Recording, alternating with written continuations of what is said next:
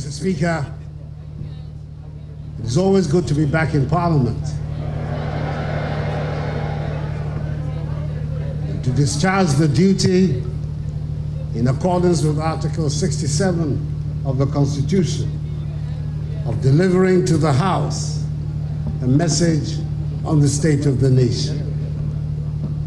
I am particularly delighted as this message is the first of my second term.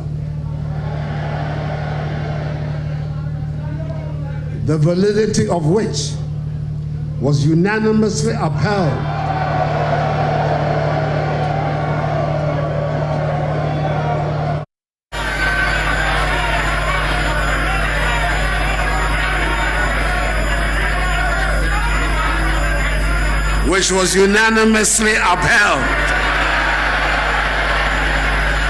last week in a well-reasoned and excellent ruling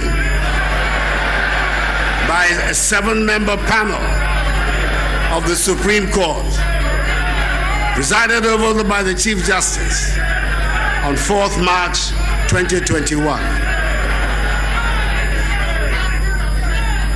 In accordance with protocol and convention, it is good to see that First Lady Rebecca Akufo-Addo, Vice President Mahamudu Bawumia, Second Lady Samira Bawumia,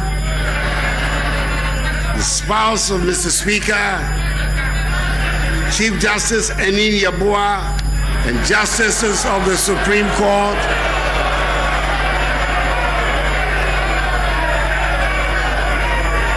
re-elected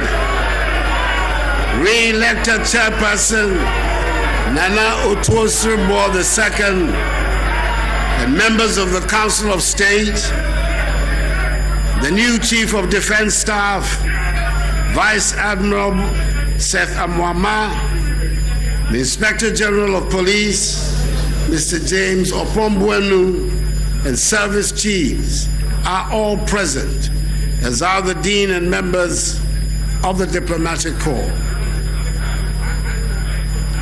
Let me use this opportunity to congratulate once again the Speaker of Parliament, the Right Honorable Alban Kingsford Sumani Bagban, on becoming Speaker of the 8th Parliament.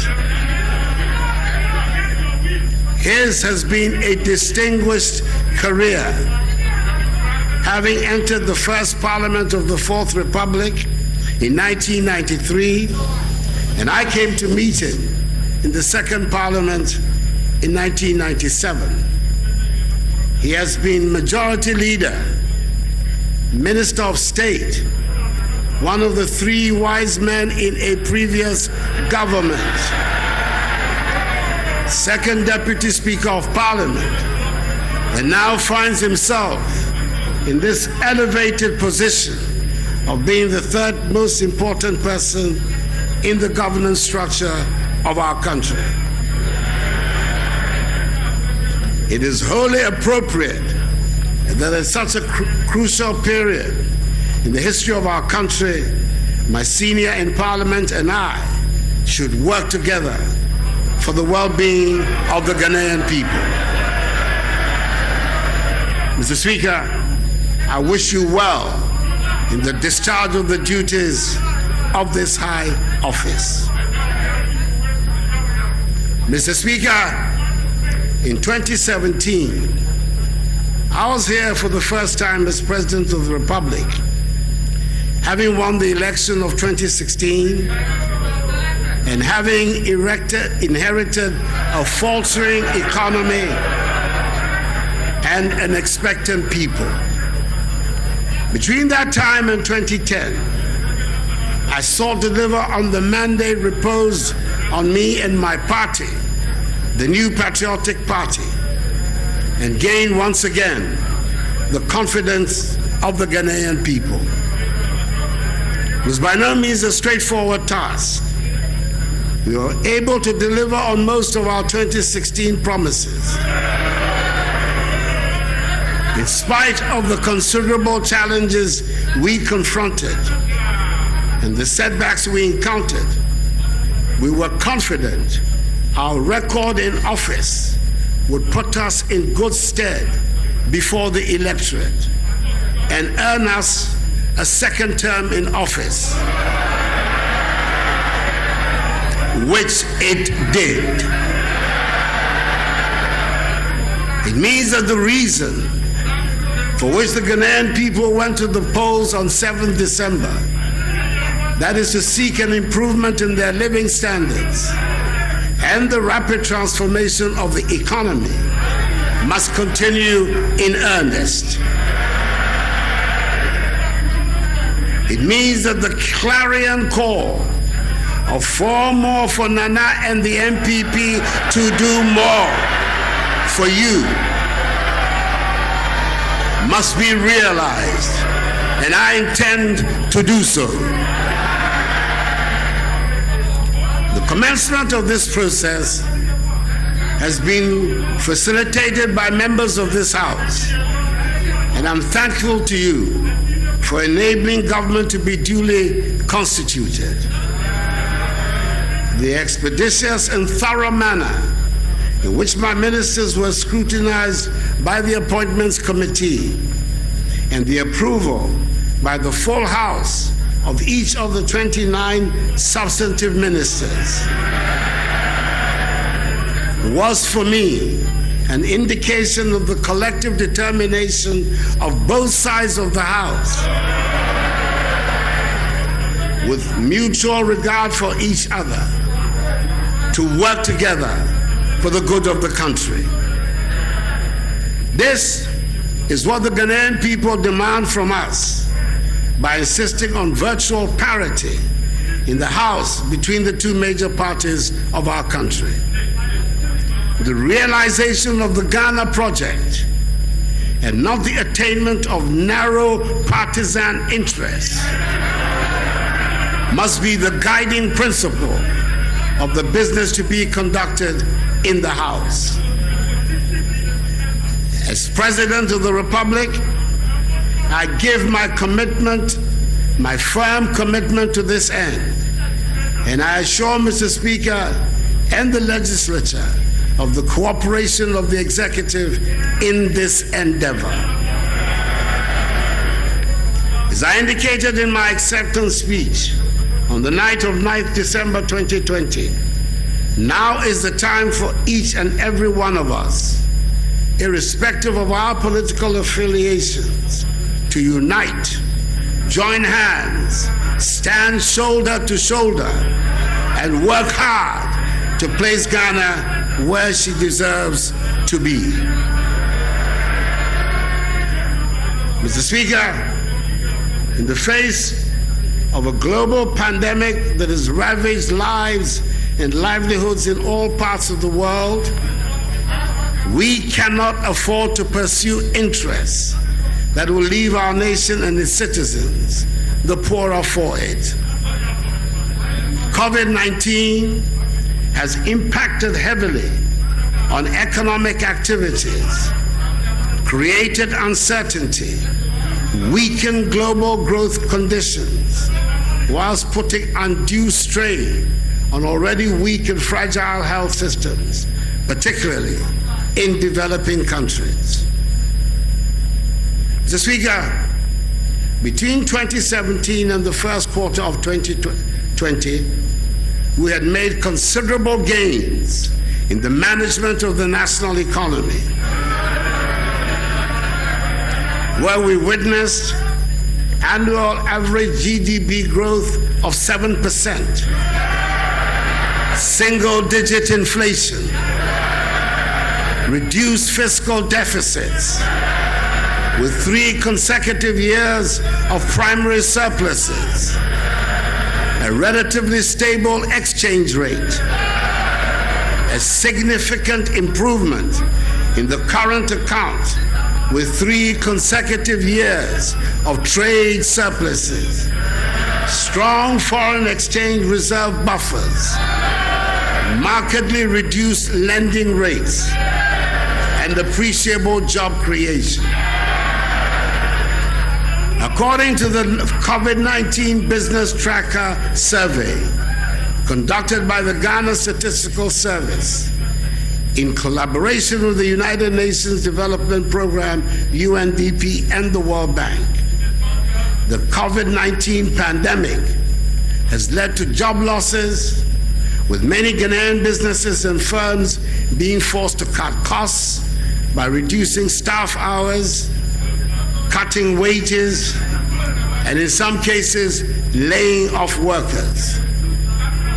This survey, again, showed that about 770,000 workers had their wages reduced, and about 42,000 employees were laid off during the 3-week partial lockdown imposed on the Greater Accra and Greater Kumasi metropolitan areas and their contiguous districts, Tema and Kaswa.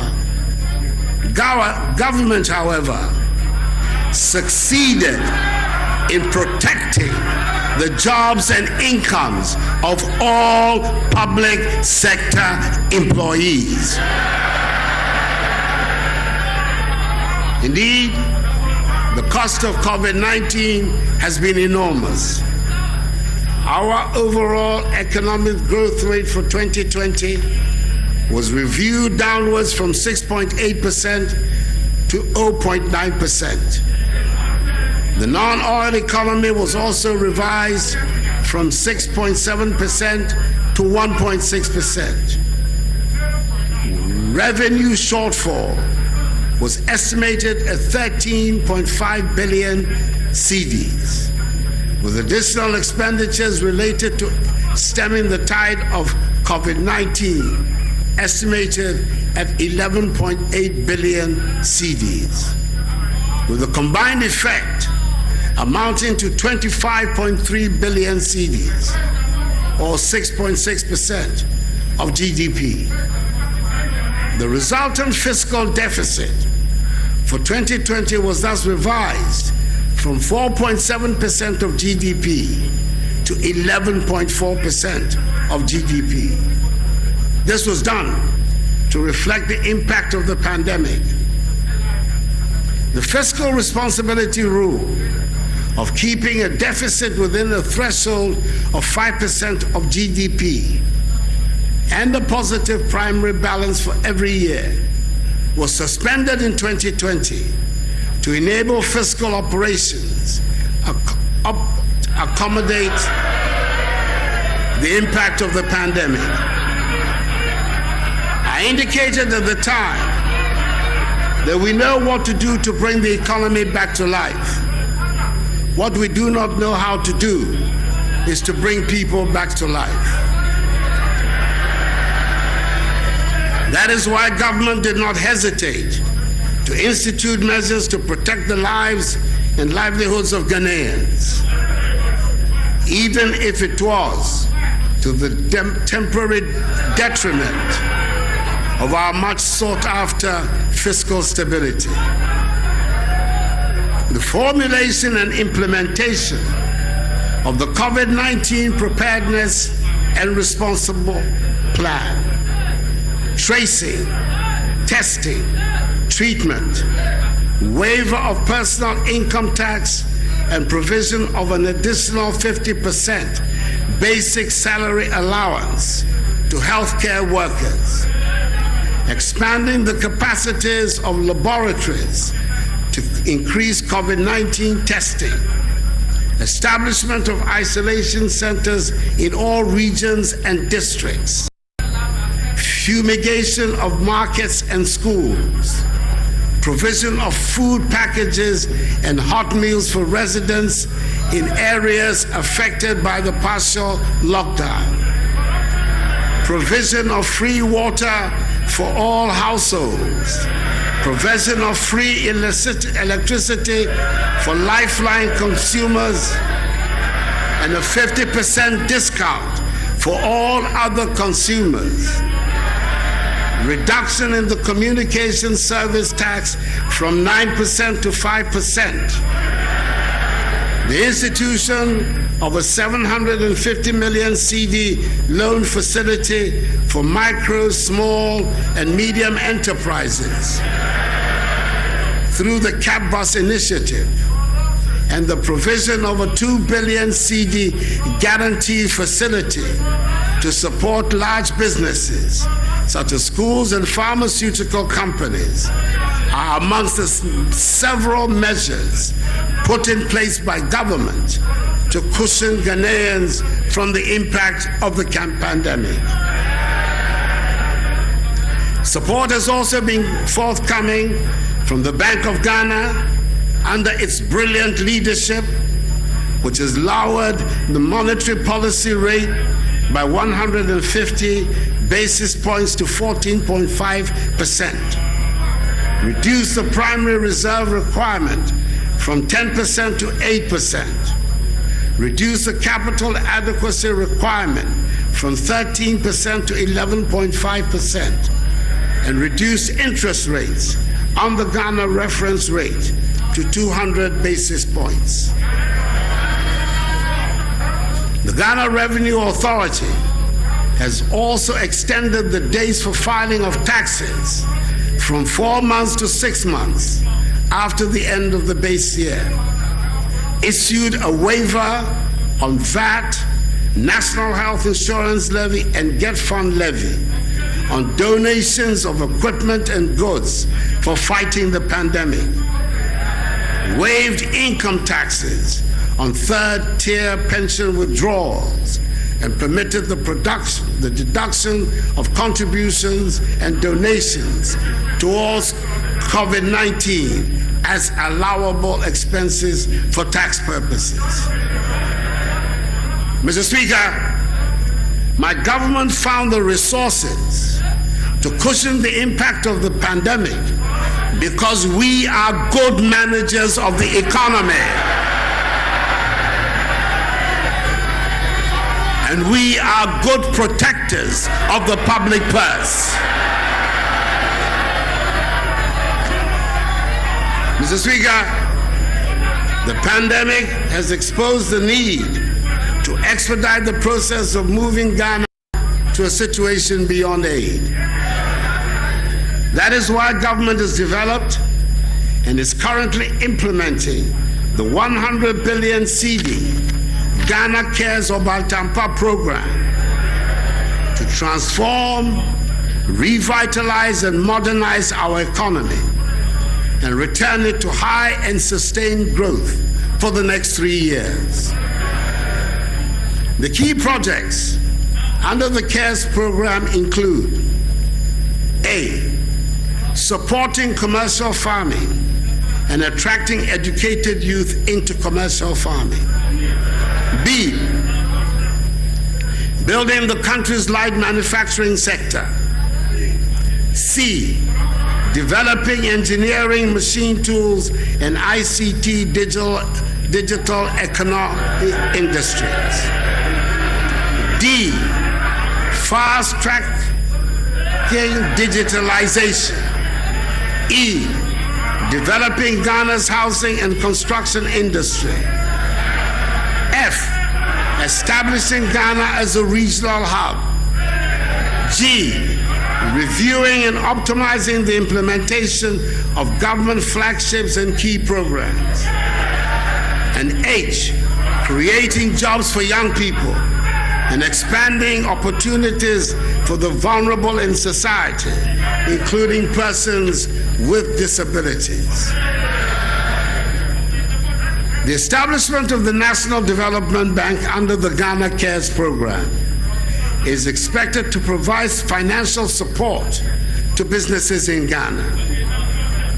Government expects economic activity, which has already picked up, to do so even further following the ongoing vaccination exercise and the easing of restrictions put in place to curb the effects of the disease.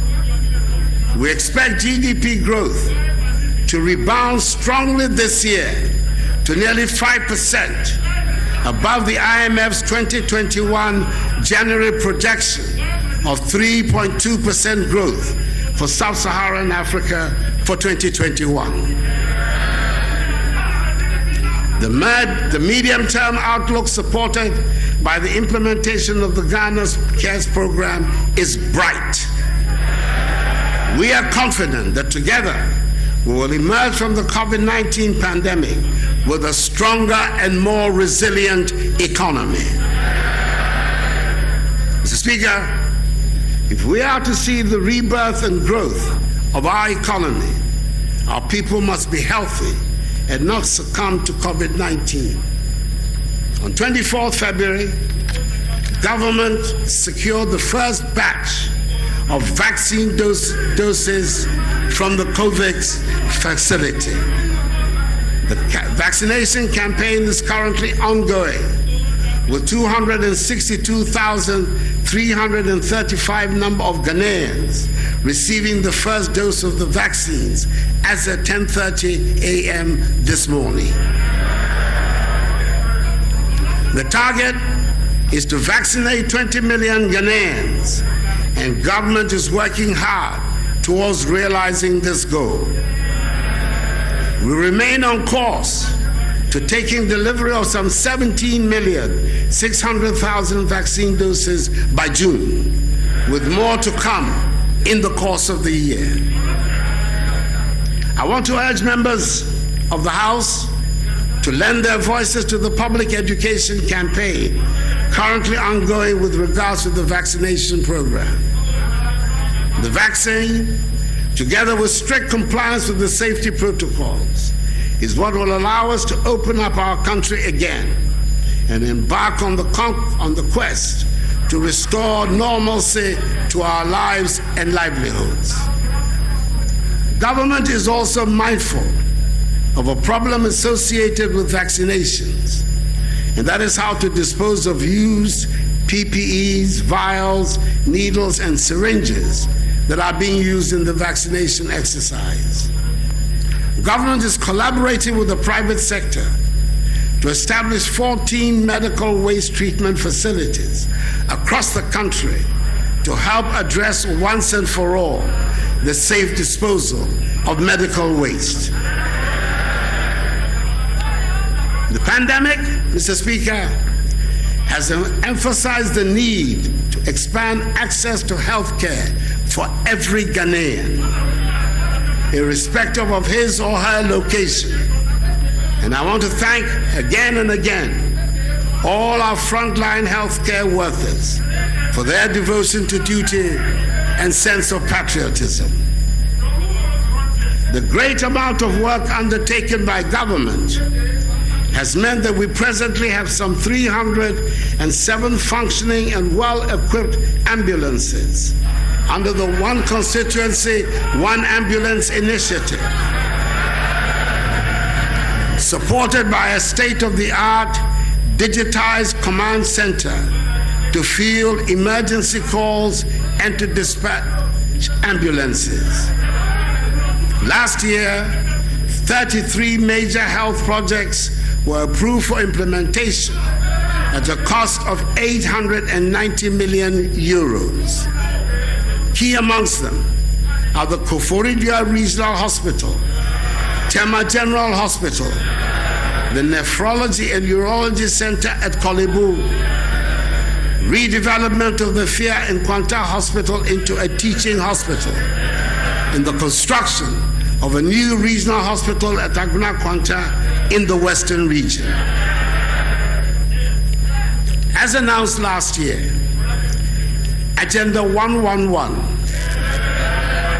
which will see to the construction of 100-bed district hospitals in 101 districts with no hospitals, 7 regional hospitals for the new regions, including one for the Western region, the construction of 2 new psychiatric hospitals for the Middle Belt and Northern Belt, respectively, and the rehabilitation of Mfia Ikwanta Hospital in the Western region is on course. Construction of some of these hospitals has commenced and will continue without interruption. Agenda 111, the largest ever investment in healthcare infrastructure in our history, is part of a massive vision for Ghana's healthcare sector, the realization of which will lead to Ghana becoming a center of medical excellence and a destination for medical tourism, and will also see us achieve the following. Each of the 16 regional hospitals will be designated as a center of excellence in the different specialties of medicine. For example, orthopedic surgery, burns, plastic and reconstructive surgery, breast care center, fertility center, neonatology and pediatric center, neurosurgery and spine center, stroke center, heart and kidney center, and mental health center, to name a few. Continuously upgrade our medical curriculum and continue to train our young doctors and healthcare professionals in a world-class fashion. 3, incentivize the private sector to increase capacity to support demand in healthcare delivery. And 4, encourage Ghanaian medical experts in the diaspora to collaborate and join hands with us to help build and contribute to the realization of this noble vision. The West African region is estimated to reach a population of 500 million by 2020, by which time this vision would have been realized. The government will continue to invest in the health sector and will continue to recruit more health professionals in addition to the 100,000 recruited in my first term for our health facilities. Electronic medical record system, e-health deployment is currently underway, following its implementation in key health facilities like Kolebu, Komfo-Anokye, Ho, Tamale, and Cape Coast teaching hospitals, and several district hospitals in the central region. Upper East, Upper West, and Bono regional hospitals will go live on the e-health platform in 5 days. Mr. Speaker, when it was needed most, at the height of the pandemic, the ingenuity and creativity of the Ghanaians showed through, which caught the attention of the world. When PPEs were being sold on the world market at extortionist prices, largely because demand outstripped supply, we began producing them in Ghana. Scrubs, medical gowns, sanitizers, masks, and gloves. All of these essential to the fight against COVID-19 were produced in Ghana. In total, 14,600,000 pieces of personal protective equipment have so far been produced domestically for health workers, students, teaching and non-teaching staff of tertiary and secondary educational institutions. We are determined to make our own things, and the Akufo-Addo government will continue with the agenda of rapid industrialization, with the aim of transforming the structure of the Ghanaian economy from one dependent on the production and export of raw materials to a value-added industrialized economy. Under the One District, One Factory initiative,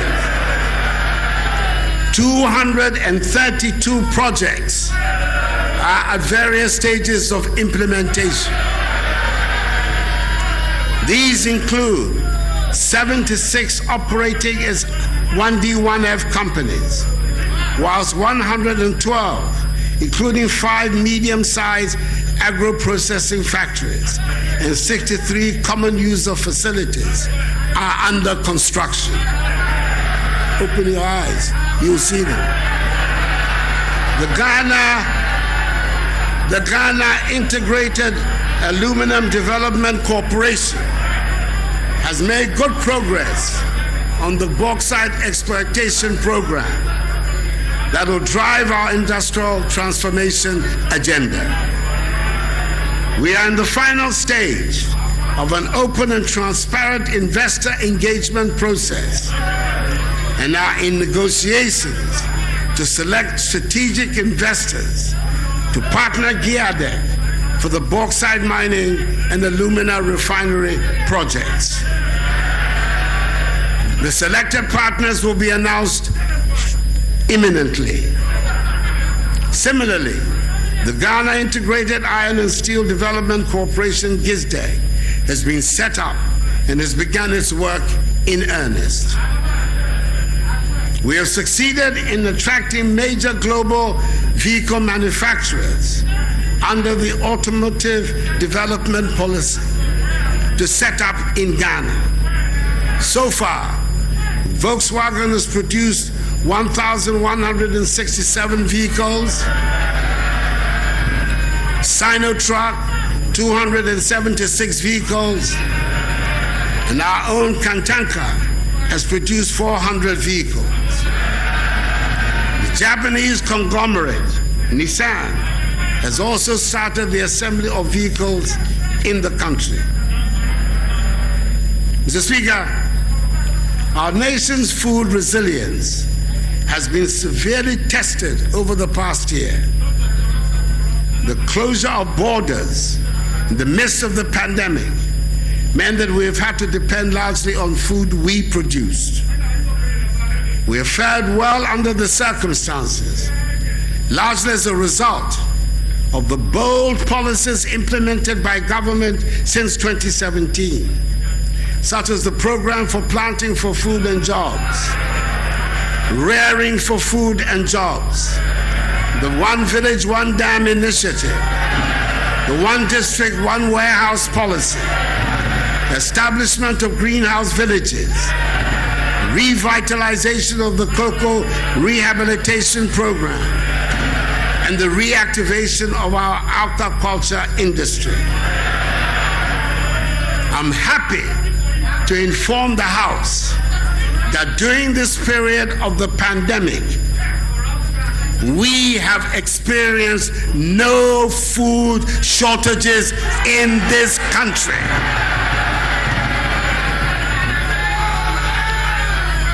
There have been increases in maize and rice yields by 110% and 48% respectively. We have, for the first time in a long while, become a net exporter of food, as opposed to the days of importation of tomatoes and plantain. Indeed, in 2019, we exported some 140,000 metric tons to our neighbors. We are determined to take full advantage of the African Continental Free Trade Area to produce more in Ghana, to sell more to Africa and beyond as we move Ghana beyond aid. The agreement for a strategic partnership between Ghana and Cote d'Ivoire has bound our two countries in even closer intimacy, especially in the cocoa sector. We have succeeded in aligning the cocoa production and marketing policies of the two countries and ensured that we do not continue to be victims or pawns of a global cocoa industry that is dependent on the toil and effort of our farmers. A new trading mechanism has been implemented and has ensured that a new cost item of $400 United States per ton for every cocoa sold by the two nations, effective from the 2021 season, is paid to our farmers. Through the establishment of the Tree Crops Development Authority, The government is determined to end the over-reliance on cocoa and develop other cash crops such as cashew, cotton, mango, oil palm, rubber, and shea. The government remains committed to the completion of the many harbors and landing sites, which are different stages of completion in Senya Breku, Discove, Elmina, Moray, Winneba, Gumwafete, Teshi, Keta, Mumford, and Jamestown. Mr. Speaker, I am passionate about the education of every child in Ghana because education opens doors.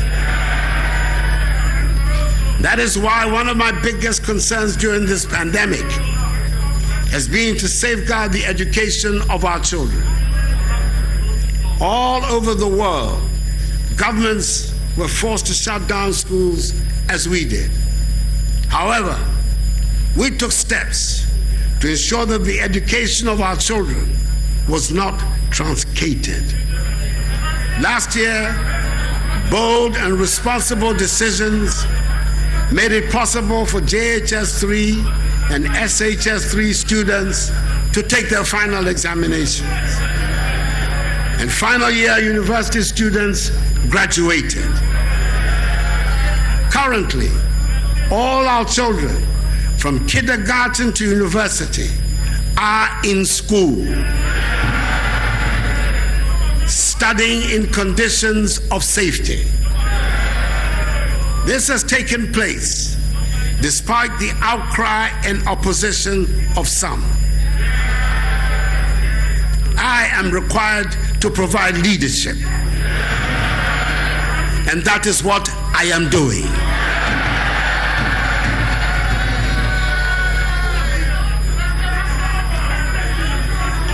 Government, through the Ministries of Education and Health, is doing all it can to ensure that the future of our children is not jeopardized by the pandemic.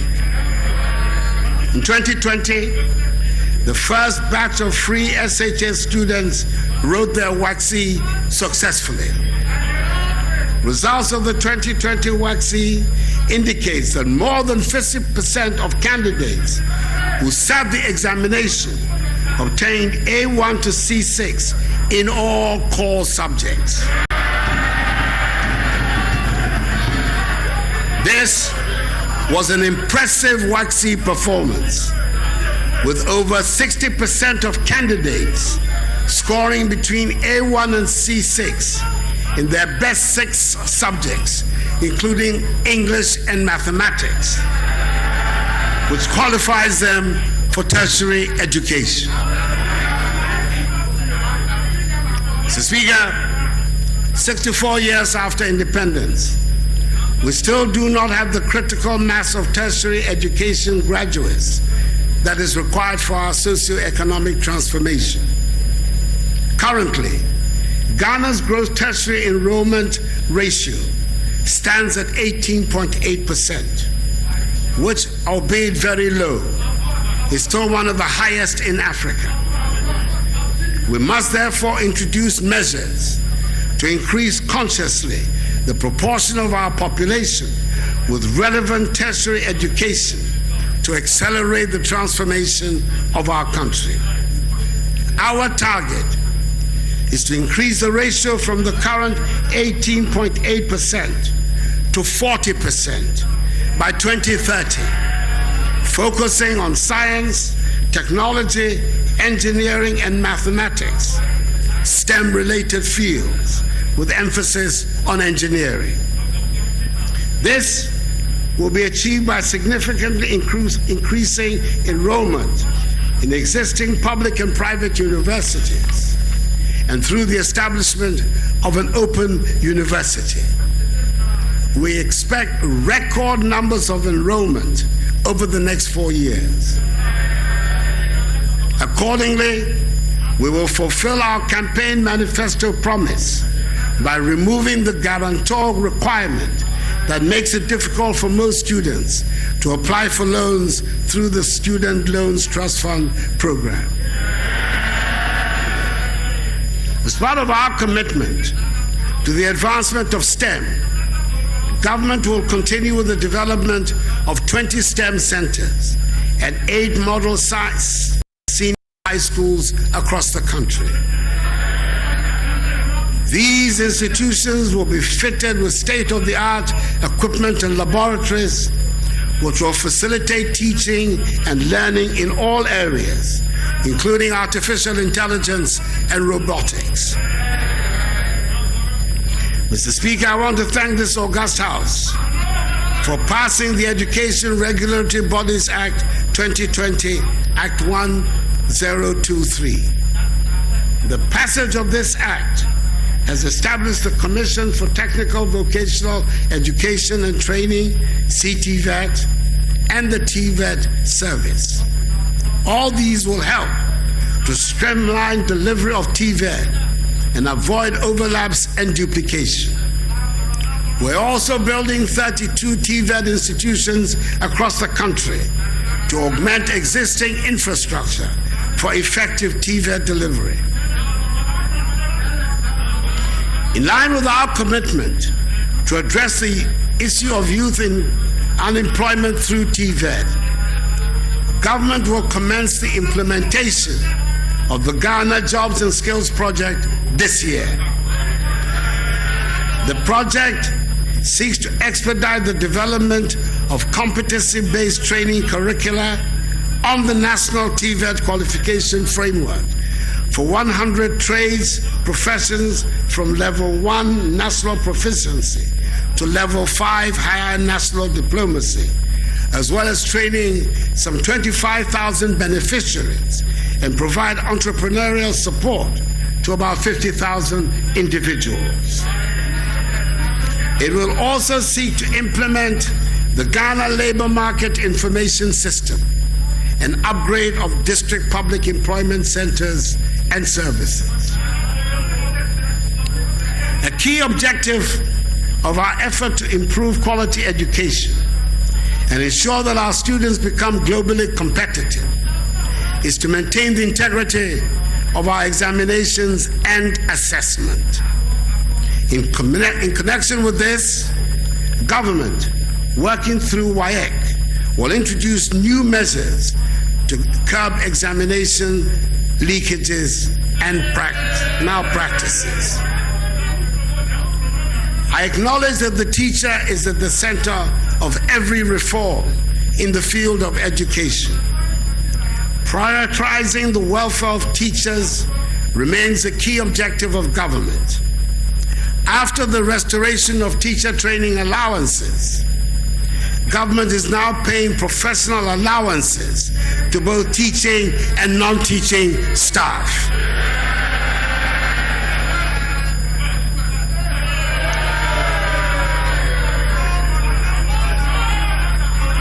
Something you found very difficult to do in 8 years. I'm happy to announce the government is facilitating the acquisition of 280,000 laptops for members of the Ghana National Association of Teachers, GNAT, the National Association of Graduate Teachers, NAGRAT, and the Coalition of Concerned Teachers, CCT, this year. Moving forward, the Minister for Education will soon detail an action plan for the implementation of the National Teacher Policy. Government has also introduced several interventions at the high school level. Some of these are the 198 million CD Academic Intervention Support Program, dedicated for extra classes for students in SHS. Implementation of free internet connectivity for secondary schools. Full absorption of BEC registration fee for all students in public junior high school from 2017 till date. And full absorption of WACC registration for students, which started last year. Mr. Speaker, our effort at digitization is gathering steam. When my government assumed office in 2017, we faced the challenge of a largely informal economy. The features of the informal economy included the absence of unique identification for citizens and residents of Ghana, and the absence of a working property address system across the country. Further, only a small proportion of our population was registered by the Ghana Revenue Authority, GRA, with tax identification numbers, TINs, and by SNIT for Social Security. 70% of the adult population did not have access to a bank account. Financial transactions were dominated by cash, and the processes of service delivery in most MDAs were largely manual and highly bureaucratic. It was in this context that we set about the process of formalizing our informal economy through digitization. Mr. Speaker, after 4 years in office, I'm happy to state that there's been more progress in formalizing the Ghanaian economy than there was in the previous 63 years since independence. Mr. Speaker, for the first time, we have enrolled 15.5 million people onto the national ID card system, the Ghana card. And we will complete the process this year. From 1st April, and this is not an April Fool's prank, all national ID numbers will become tax identification numbers. In so doing, the number of people registered by GRA from tax purposes will increase from the current 3 million to 15.5 million. I should recall that at the end of 2016, only 750,000 people had TIN numbers. The increase to 15.5 million in just 4 years is simply phenomenal. Similarly, from the second quarter of this year, all national ID numbers will also become SNIT numbers. This will increase the number of people on the SNIT database from 4 million to 15.5 million, making it easier for new contributors to be enlisted on the scheme. The national ID numbers will also become NHIS numbers. Very soon, we will link the national ID to all SIM cards, bank accounts, birth and death registry, DVLA documents, and passports.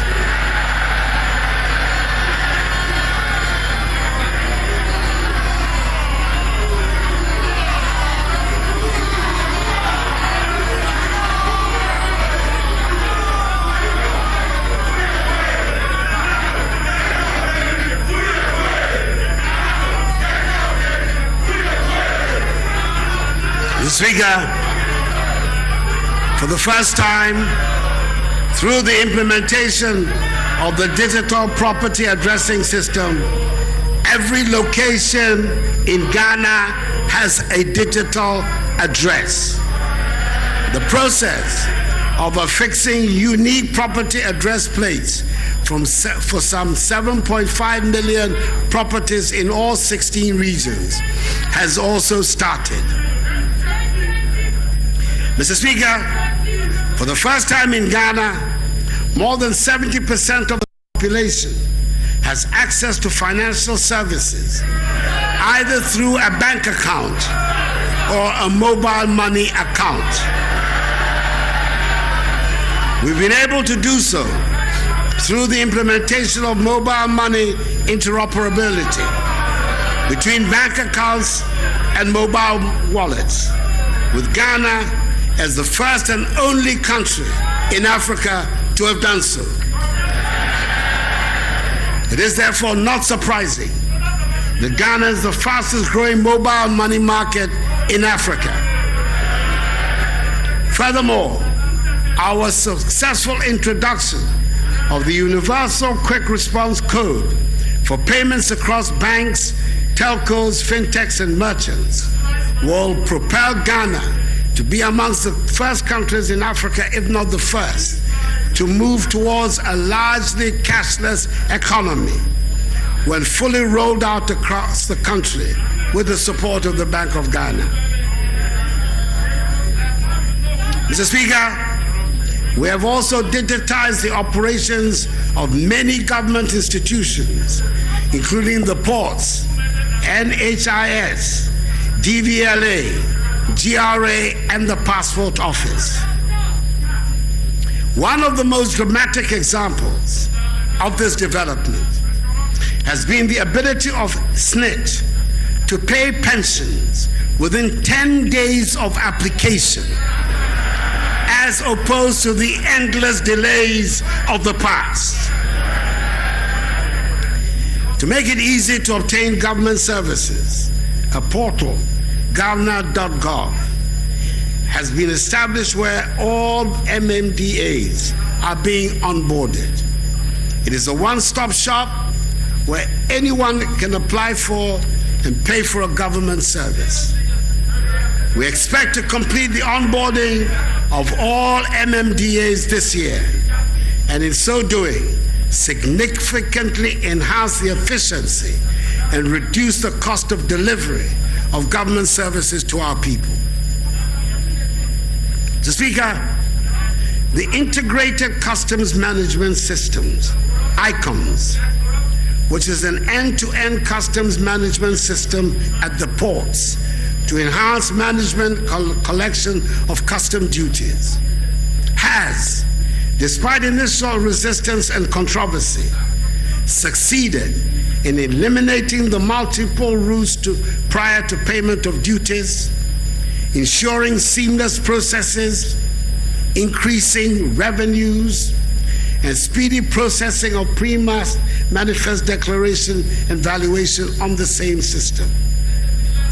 We have also integrated the Ghana.gov platform and the integrated tax application preparation systems, which allow taxpayers to make payments at their convenience online and through taxpayers' banks, and the use of mobile money, credit cards, and debit cards.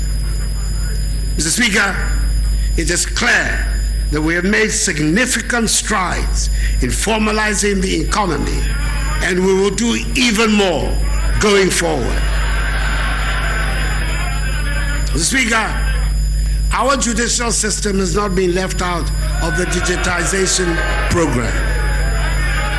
Today, the e-Justice and e-Case Register initiatives, for example, are helping to ensure that the law keeps pace with technology, ending the age-old missing dockets phenomenon and endless litigations, which have plagued the efficient delivery of justice in the country for many, many years. Government, through the Ministry of Local Government and the District Assembly Common Fund, has commenced in an unprecedented initiative the construction of 90 courts with accompanying accommodation for judges across the country to help address the problem of inadequate court infrastructure. These structures are at advanced stages of completion.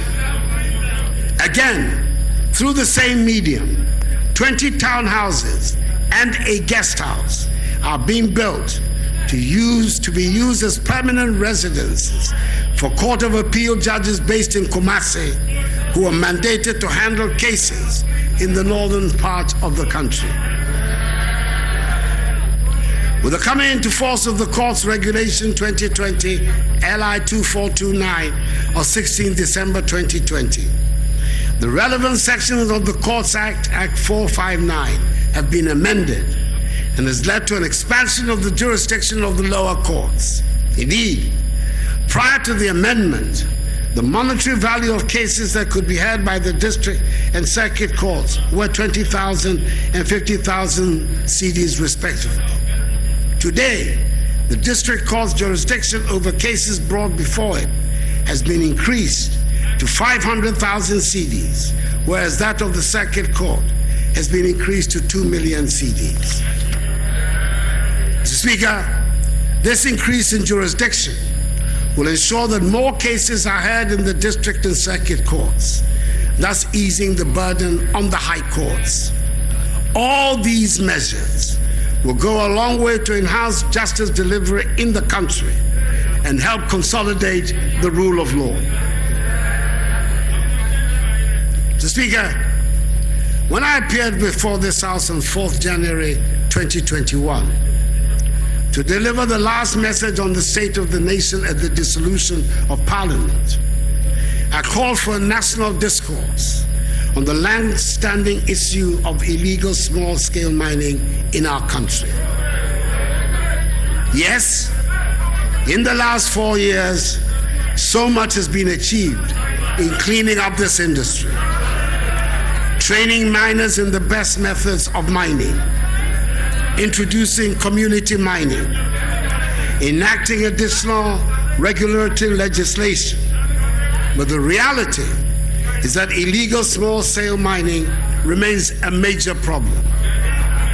I am confident that the new energetic Minister for Lands and Natural Resources and a Member of Parliament for Damango constituency, the Honorable Samuel Abujinapo, will rapidly facilitate the holding of this national dialogue and will work to build on the progress of his predecessors by enhancing regulation of this sector, which should be anchored on the protection of the environment and on community mining. Mr. Speaker, let me at this point assure the House that in the course of this session of Parliament, government will come back to engage the House on the steps it intends to take on the future of the Ejapa transaction.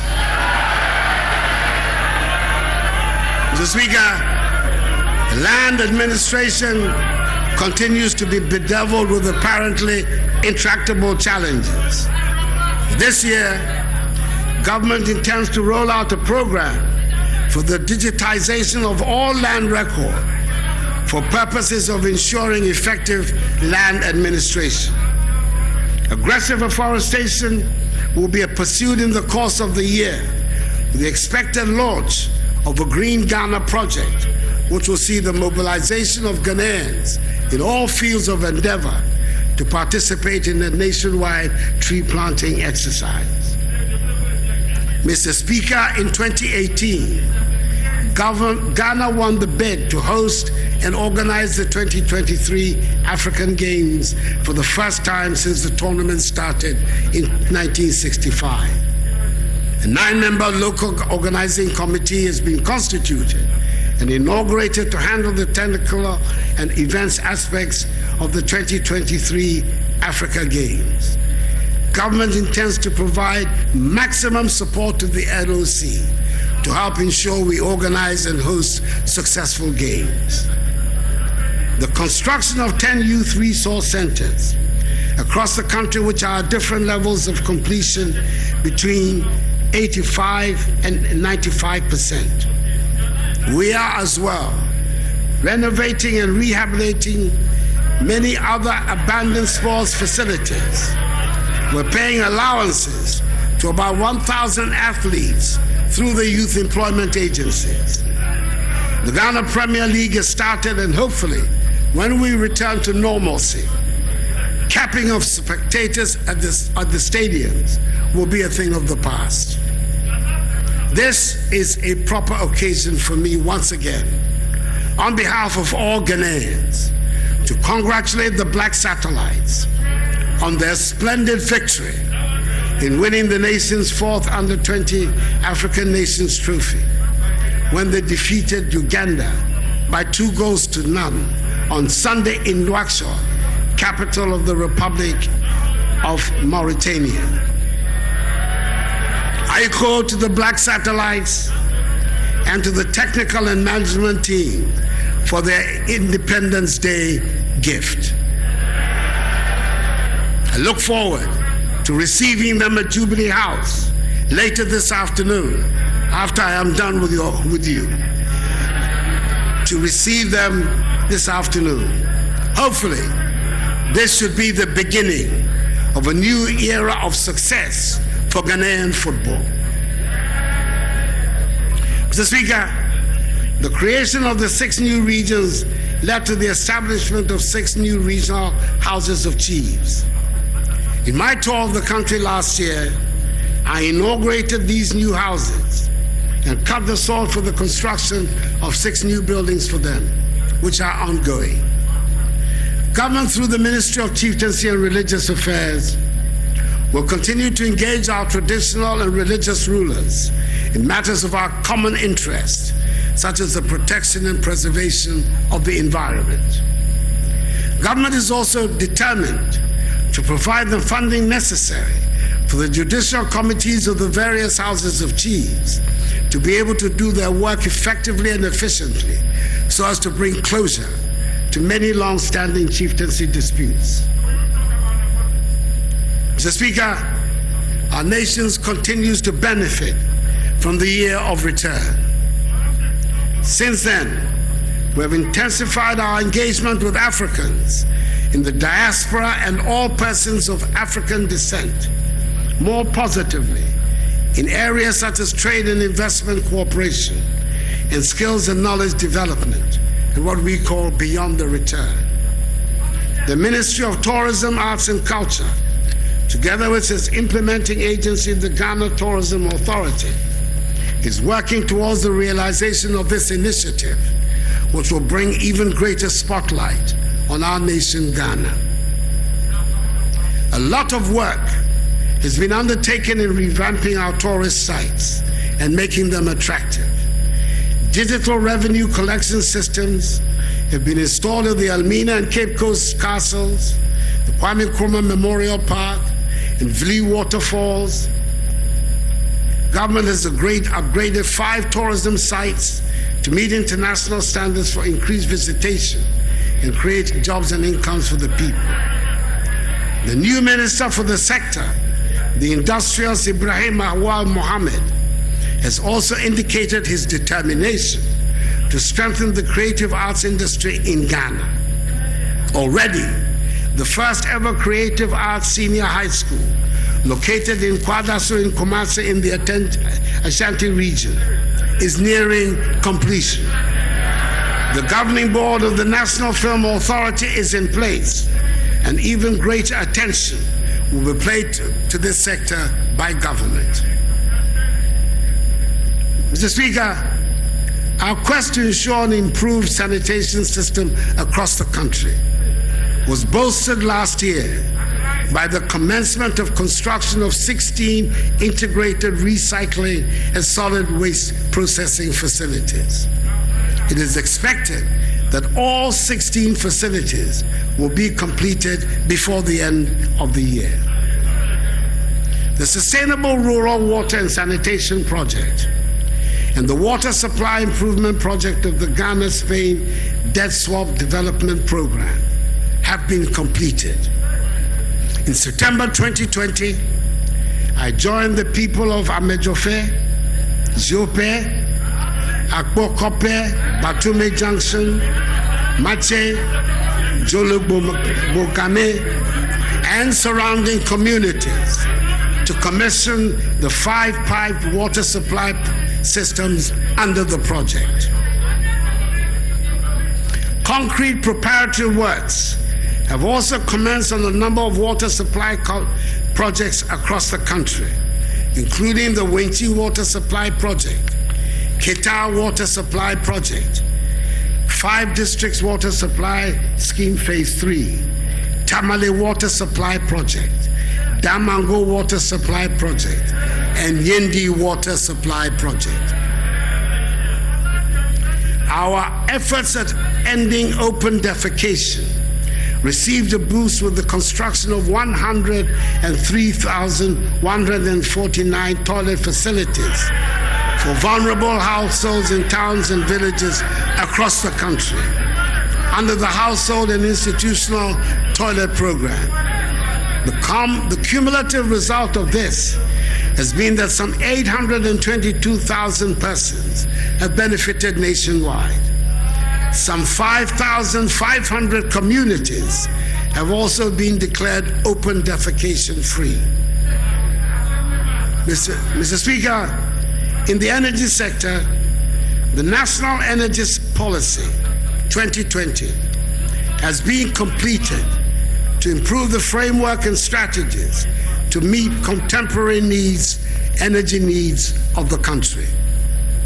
The government has improved the financial sustainability of the energy sector through several interventions, including paying up the energy legacy debts that you left. Furthermore, negotiations with independent power producers, the terms of whose contracts entail substantial financial charges on the state, are ongoing and should be completed by the end of the year. This should result in a more affordable cost of power for the Ghanaian people. Under the National Electrification Scheme, a total of 1,436 communities have been connected to the national grid, which has increased the national electricity access rate to 85.17% as of October 2020. My ambition is that by the end of my term, the figure will be 100%. The Ghana National Petroleum Corporation has accelerated petroleum exploration activities in the inland Voltaigne Basin. It has successfully acquired and processed 2,538 line kilometers of 2D seismic data, analyzed 1,537 geochemical samples, and established a working petroleum system. A gas processing plant terrain is being constructed in the western region to complement the Atuabo gas processing plant so as to increase dry gas delivery for power and non-power users. The Takoradi portion of the Takoradi-Tema Interconnection Project, TTIP, has been completed with an increased capacity of gas exports from Takoradi to Tema through the West African gas pipeline. GNPC and its private sector partners have advanced the work on the Tema LNG project, Sub-Saharan Africa's first LNG regasification terminal, which is expected to come on stream in the course of the year to improve gas supply reliability for power and non-power industrial applications. The facility will also become a hub of regional energy security, ensuring low-cost fuel for both Ghana and her partners in the ECOWAS community. Mr. Speaker, at the beginning of my first term of office in 2017, government outlined its social development goals to include the promotion of gender equity and equality, survival and development of children, as well as the harmonization of social protection interventions and programs to contribute to the development of our nation. I'm pleased to inform the House that in the course of this session of Parliament, the new Minister for Gender, Children and Social Protection, the Honorable Sarah Adjoa Safo, MP, Member of Parliament for Domi Kwabenya, will resubmit to the House the Affirmative Action Bill. Our mothers, wives, sisters, and daughters are looking up to us. Indeed, it will make our society the richer. And I'm appealing to the House on both sides to make one big effort to ensure its enactment. The Livelihood Empowerment Against Poverty program, LEAP, has increased the number of pay points from 7,200 to 14,300 in order to make it easy for beneficiaries to access their grants. In all, a total of 334,438 households benefited from the program. The Ghana School Feeding Program currently feeds over 3,300,000 beneficiary pupils in some 9,000 kindergarten and primary schools, with one hot, nutritious meal every day per child. Mr. Speaker, our commitment to the development of inner cities and Zongo communities is unwavering. Projects such as the construction of classroom blocks, astroturfs, establishment of ICT centers, installation of streetlights, entrepreneurial and vocational skills training, supporting needy students, and the rehabilitation of access roads and drains have been undertaken. Another key policy initiative has been the reintroduction of the Arabic Instructors Program. The Zongo Coders Program and Start Hub program are initiatives meant to redirect the energies of young men and women of Zongo communities into productive ICT ventures. So far, several hundred young men and women have been trained under these programs. Mr. Speaker, activities of the then Ministry of Special Development initiatives, like those of the Inner City and Zongo Ministry, have been brought under the ambit of the presidency. The record of work undertaken in the ministry was remarkable. 568 units of 10-seater community water closets, 42 warehouses, 427 dams, 40 rural markets, 20 fully equipped community clinics, 307 fully equipped ambulances. Mr. Speaker, in the area of coastal management, we continue to improve the resilience of the country's coastline against tidal wave erosion that poses a significant threat to lives, livelihood, and properties of the people living along the coastline. Consequently, we've implemented a number of coastal protection works at Abuazi, Nkontompo, Ajwa, Blekusu, Elmina, Dansoman, Amanfo Kuma, Dix Cove, Axim, Cape Coast, Commander, Anumabo, and Ningo Prampran, which protect in all a total stretch of some 54 kilometers and at our various stages of completion. Government has also implemented the National Food Flood Control Program with the overall goal of reducing the incidence of flooding across the country. The construction of the multi-purpose Pualugu Dam project is aimed at mitigating the regular floods that occur in the White Volta Basin, covering parts of the Upper East and Northeast regions. Preparatory activities started in 2020 and will be completed by the first half of this year, with actual construction commencing in the second half of this year. Commissioning is expected in 2025. It is the single largest investment in the northern part of Ghana made by any government. Once completed, it will add 60 megawatts of hydropower and 50 megawatts of solar power to the national grid, thereby improving the quality of power supply in the northern part of Ghana. The 25,000 hectare irrigation scheme will be bigger than the total size of all irrigated projects implemented in the country since independence, and will boost food production in the northern part of Ghana, thereby boosting economic development in northern Ghana and creating jobs for the youth. Mr. Speaker, another important infrastructural development is the construction of the Buankra Inland Port, which will transform totally inland trade and ease the movement of goods and services, especially for traders as well as for persons in our landlocked neighbors. The Korean contractors are due to start work any moment from now.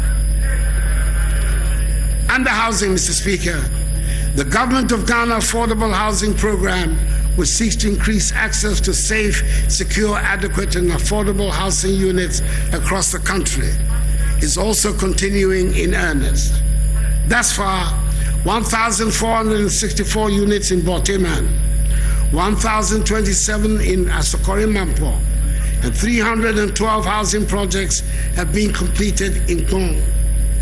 The Akufo-Addo, Tamale, and Wa housing projects have been handed over to the State Housing Company Limited for completion. Speaker, it is my intention to place special emphasis on resolving the problems of the housing sector in the country, because tackling the housing deficit is long overdue. Mr. Speaker, one of the ministries created in my first term as president was the Ministry of Railways Development, and the benefits of its creation are as showing. Government is mobilizing some $2 billion towards the development of railway infrastructure and services. To this end, the government has rehabilitated a section of the narrow gauge Western Line from Kojokrom to Takwa through Nsota to facilitate the haulage of manganese from Nsota to the Takoradi port, and also to provide a passenger railway service along the corridor. Construction of a new standard gauge line from Kojokrom through Esiem to Mangso is also ongoing.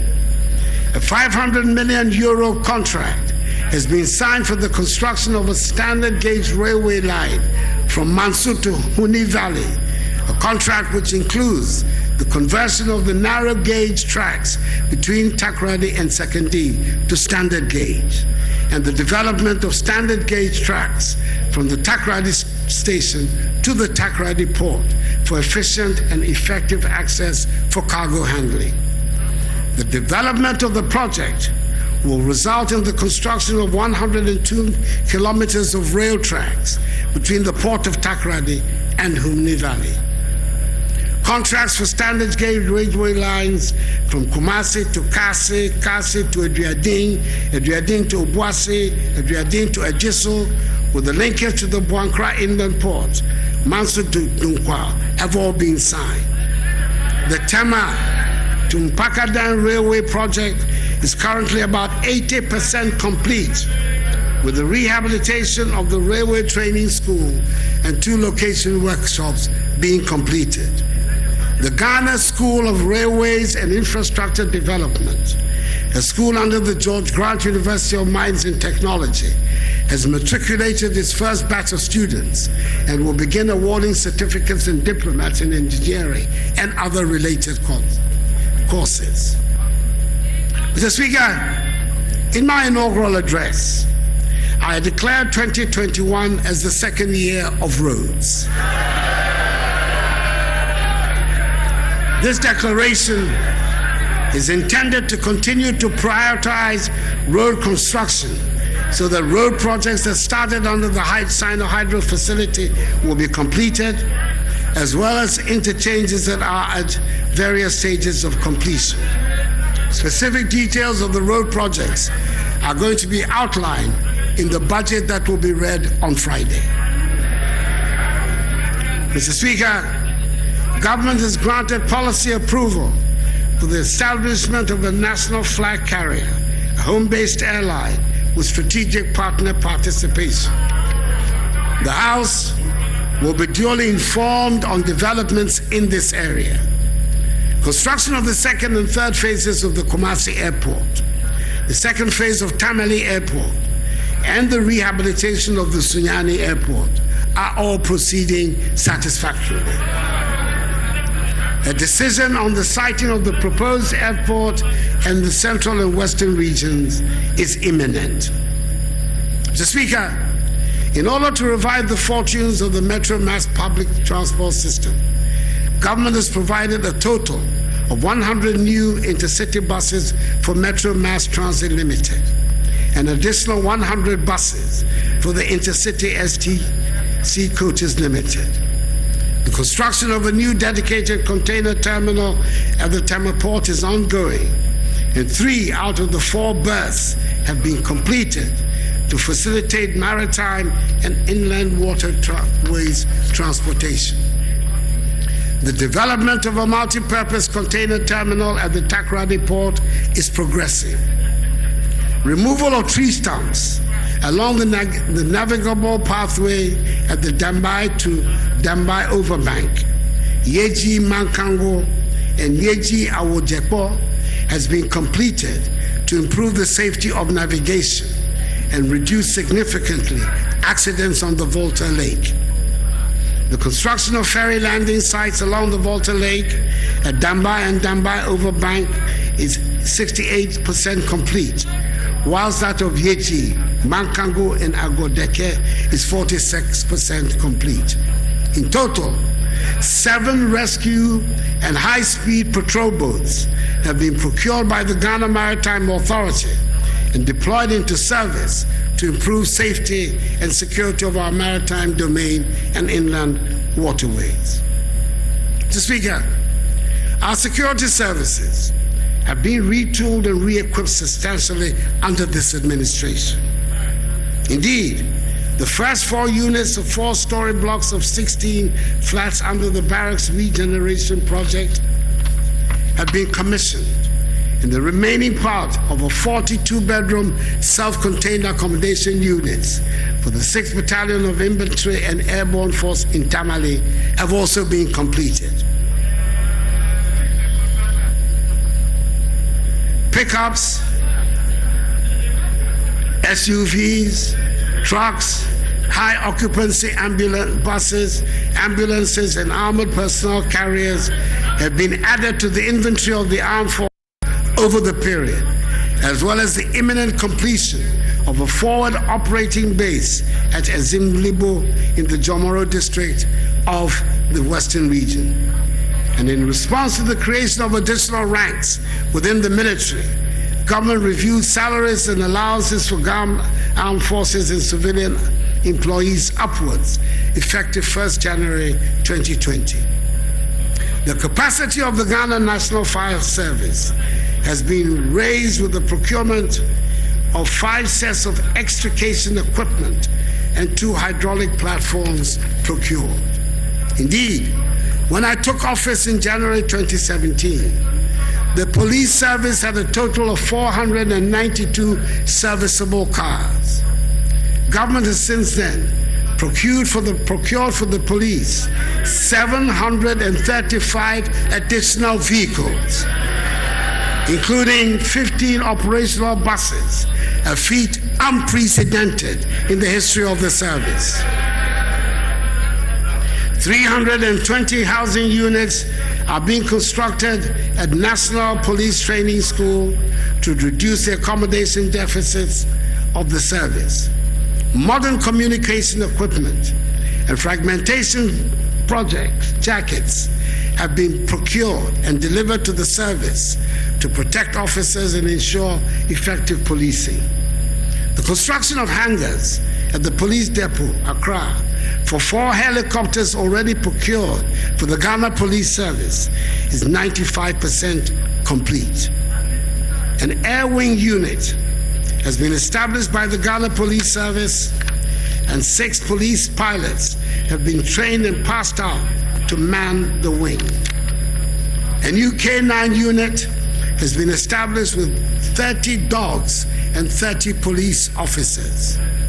The Criminal Investigation Department has been equipped with a digital forensics laboratory, and for the first time in the history of the department, crime officers are given a monthly allowance to support their investigations. We're retooling the CID Forensic Science Lab. The CID building has also now become disability friendly, and there's continuing training of CID officers. 84 apartment units are being constructed at Odoko in Accra for the immigration services, and they are 98% complete, and their completion will help reduce the accommodation challenges faced by officers and men of the immigration service. Government is also constructing an 800 inmate capacity remand prison at Nsawam, which is 60% complete. Its purpose is to reduce further overcrowding in prisons, as remand prisoners will now be kept separately from the convict population. Mr. Speaker, these large investments in equipping our security services is inspired by the recognition that the peace and stability of our nation are critical for our development, especially as we live in a difficult and sometimes dangerous world. Mr. Speaker, amongst the milestones of our international relations, I've been reappointed chairman of the authority of ECOWAS for a second term. Under my leadership and in collaboration with colleagues in the region, we have restored peace and political stability to Mali through a landmark transitional arrangement which brought under control a period of bloodshed and uncertainty, and which has committed itself to a roadmap for a peaceful democratic outcome from the tradition. In addition to strengthening and cooperation and deepening bilateral and multilateral trade and economic ties with host countries, it is exciting to note that presidential visits overseas have yielded significant dividends. The re-establishment of the Economic Trade and Investment Bureau of the Ministry has enabled the position of the Ministry of Foreign Affairs as a strategic partner to help facilitate domestic and foreign investments in the country. Indeed, the Ghana Investment Promotion Center has reported today a surge in foreign direct investment into our country of $2.1 billion United States dollars in 2020, compared to $1.1 billion the previous year, representing a more than 90% increase. Mr. Speaker, the sum total of all of this is that in spite of the ravages of the pandemic, our nation is still very much in rude health and remains very attractive to investors. Yes, we're reeling from the effects of COVID-19, but I am confident that with the progress of the vaccination program, we will recover quickly and work towards putting our nation back onto the path of progress and prosperity. We're building a more inclusive society, and soon things will work for all in Ghana. And then we will fulfill our true potential as the Black Star of Africa.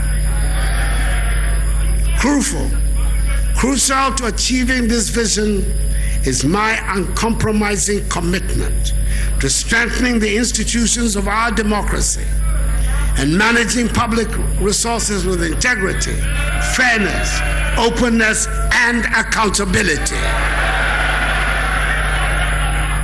Mr. Speaker, ours is not a government that shies away from public scrutiny. Far from it. That is not the NPP way.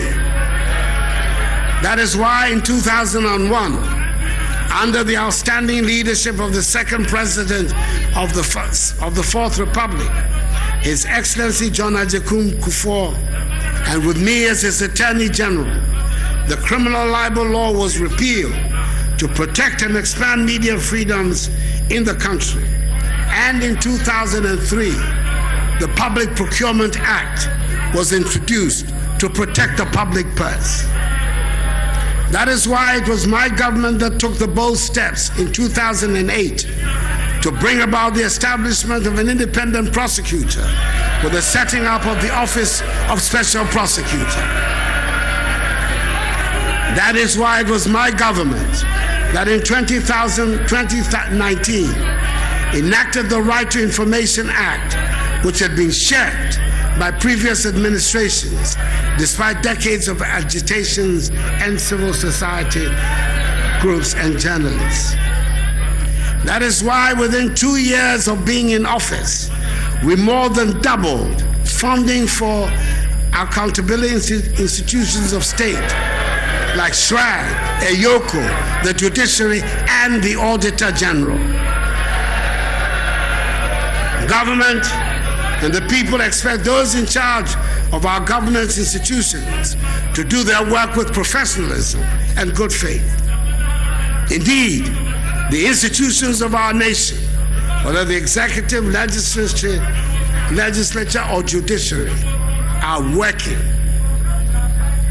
The Supreme Court, Mr. Speaker, for example, last week determined the challenge to the validity of the 2020 presidential election and affirmed its validity in a unanimous decision.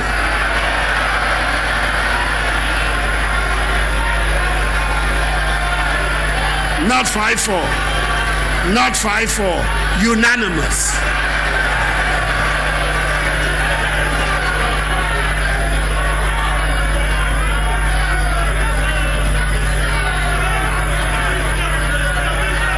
Mr. Speaker, the court has spoken. It is time for all of us to move on and in a united manner confront the problems of post-COVID-19 Ghana.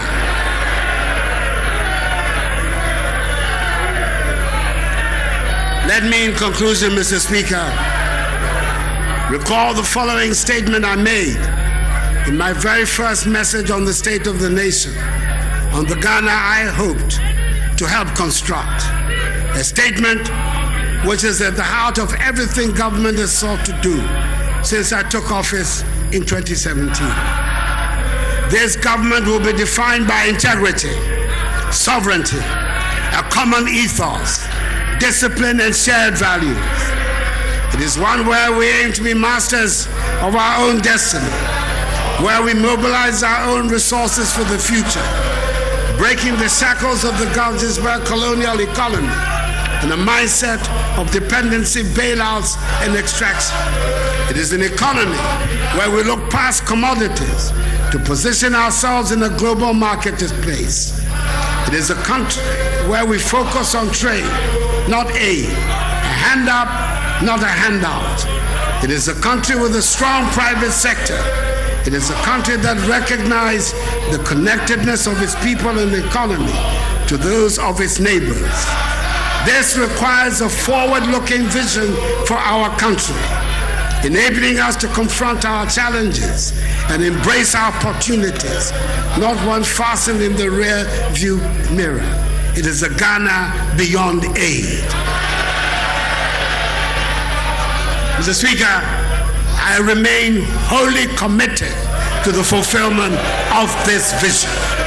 May God bless us all and our homeland Ghana and make her great and strong. And thank you.